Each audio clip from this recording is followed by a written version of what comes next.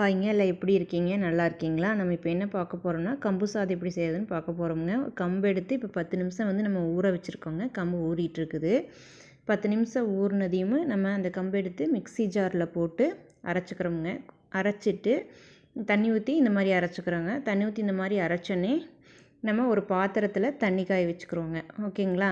ஒரு உலக்கு கம்புக்கு 3 பங்கு தண்ணி, ஒரு பங்கு கம்புக்கு 3 பங்கு தண்ணி சேர்த்து காய வச்சு நம்ம அரைச்ச கம்புக்குள்ளே அந்த ஹாட் வாட்டர் எடுத்து ஊற்றிங்க நல்லா கிளறிட்டே இருக்கணுங்க. அந்த மாதிரி கிளறிட்டே இருந்தோம் 10 நிமிஷம் கைவிடாமல் கிளறணுங்க.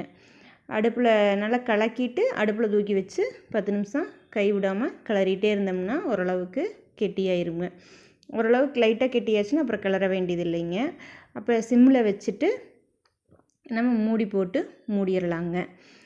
இந்த மாதிரி ஆனோடனே இந்த ஸ்டேஜ் வந்தோடனே சிம்மில் வச்சு நம்ம மூடி போட்டு மூடிட்டோங்கன்னா நமக்கு இந்த மாதிரி வந்து கிடைக்குங்க. இந்த வெயிலுக்கு வந்து கம்பு சாதம் சாப்பிட்றது வந்து ரொம்ப நல்லதுங்க.